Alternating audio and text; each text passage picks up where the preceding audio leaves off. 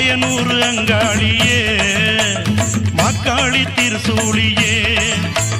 கூறி சொல்ல வாடியம்மா எங்கள் குலங்காக்கும் மாரியம்மா அம்மம்மா